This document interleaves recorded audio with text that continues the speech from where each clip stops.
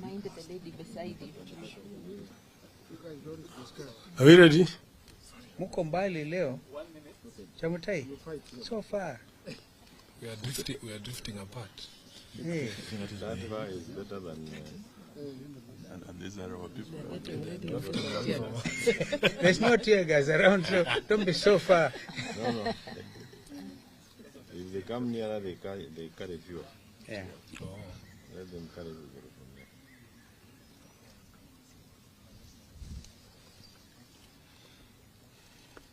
there. Okay. Well, ladies and gentlemen of the press, this is the leadership of Azimio la Umoja One Kenya Coalition Party, together with the delegates to the proposed bipartisan discussions that are scheduled to be beginning shortly. So we have a statement which is going to be read by Honorable Stephen Kalonzo Musyoka on our behalf. Thank you. Thank you.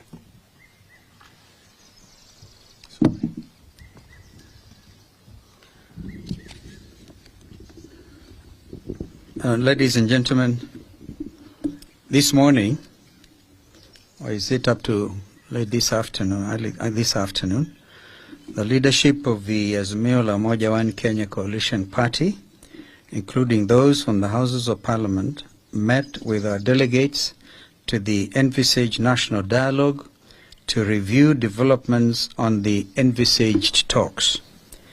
Any reasonable observer of the happenings in the last few weeks will agree with us that Kenya Kwanza has no intention whatsoever of holding any dialogue at all, let alone one that is honest, transparent, and bipartisan. They have exhibited absolute bad faith from the beginning, and we will highlight the same as follows.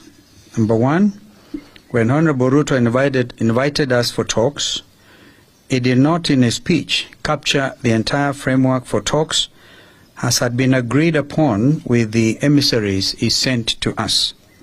This includes leaving out and electoral justice, which are of utmost importance to us and the people of Kenya.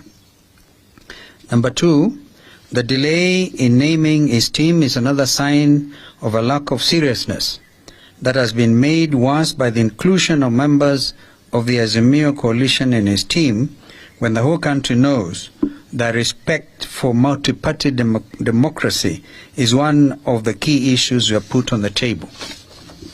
Number three, to date, Kenya Kwanza has failed to name the leadership of his team as a way of stonewalling. Number four, last evening, we learned of a motion drafted by Kenya Kwanza leadership, allegedly aimed at setting up a joint selection.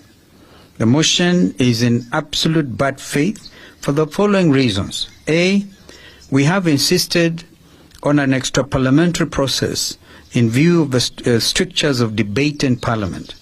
We will therefore not participate in any such parliamentary process.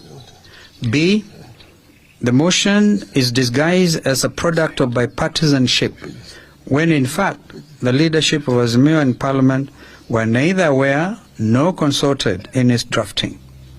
C, the motion proposed to name members of the minority party to the so-called select committee without any reference to the minority leadership, in violation of the standing orders of both houses.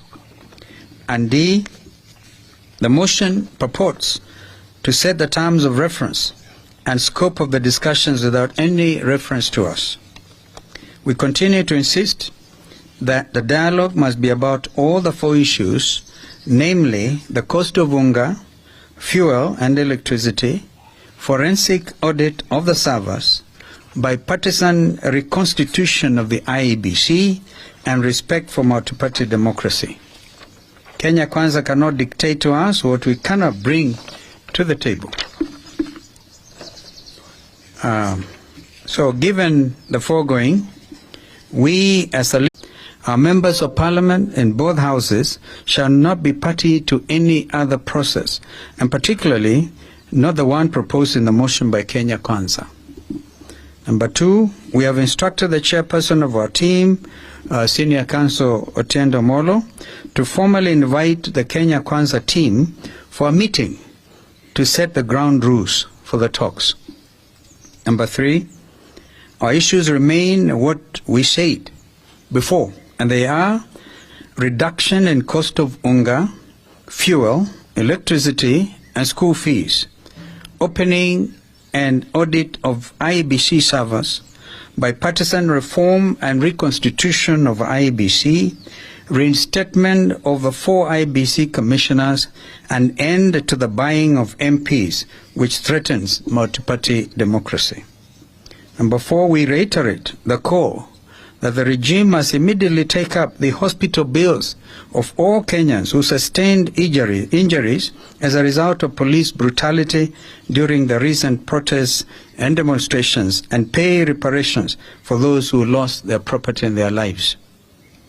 Number 5, that the coalition shall resume its weekly protests at the end of Ramadan, and further communication in this regard will follow. I thank you. Good. Sawa. Maswali tafadhali, kama kuna swali. Pengine baada ya iftar. Asante. I think maelewa hii kitu ni continuous, very very clear. So karibuni sana.